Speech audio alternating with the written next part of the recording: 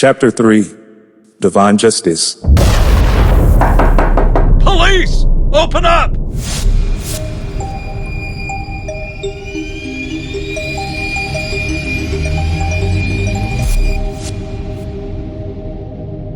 We're here about a noise complaint coming from your apartment. Tiffany's stress level intensified as she headed back to her front door. She swung it open. Tiffany looked at the officer with confusion and aggravation. The noise is coming from upstairs. Check your reports. I called over 20 times in the past month.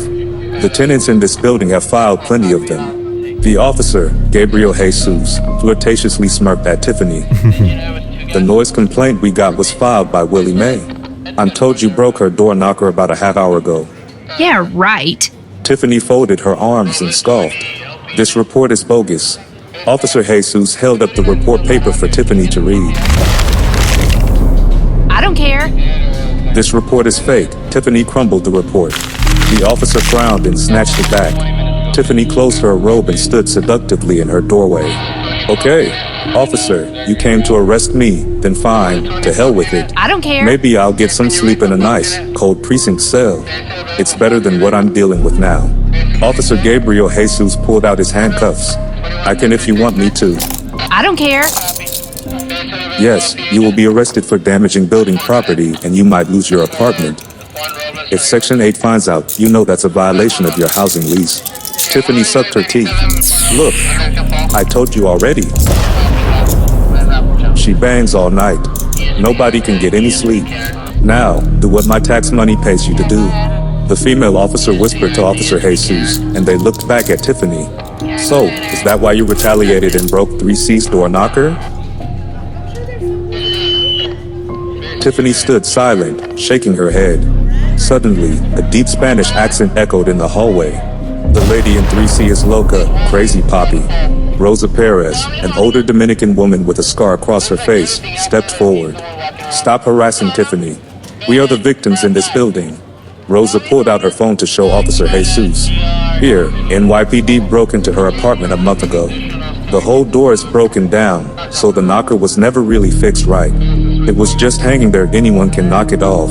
Officer Jesus examined Rosa's video. The female officer turned to Tiffany with disbelief.